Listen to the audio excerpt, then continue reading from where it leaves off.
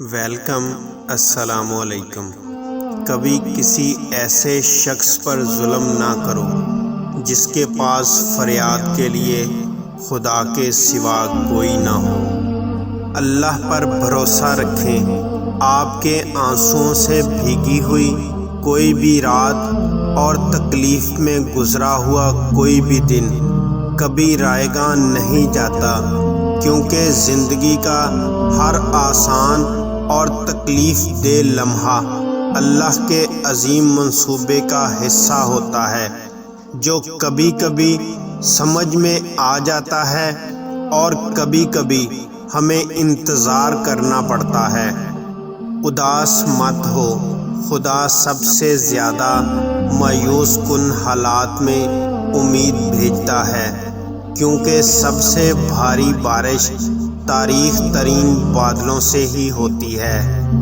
جو وقت گزر گیا اس کو یاد کر کے کچھ اصول بنا لیں۔ جو وقت باقی رہ گیا ہے وہ بہتر ہو جائے گا۔ پہلے لوگ سمجھدار تھے، تعلق سنبھالتے تھے، اب لوگ پریکٹیکل ہو گئے ہیں تو تعلق سے فائدہ نکالنے لگے ہیں، اور اب پروفیشنل ہیں، اب فائدہ ہو تو تعلق رکھتے ہیں۔ دنیا کی سب سے مہنگی چیز بھروسہ ہے، جسے بنانے میں عمریں بیت جاتی ہیں اور گنوانے میں چند سیکنڈ لگتے ہیں۔ مطلبی دنیا کے لوگ کھڑے ہیں ہاتھوں میں پتھر لے کر۔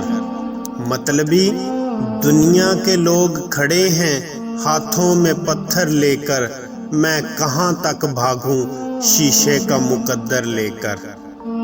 انسان نہ کچھ ہنس کر سیکھتا ہے اور نہ کچھ رو کر سیکھتا ہے۔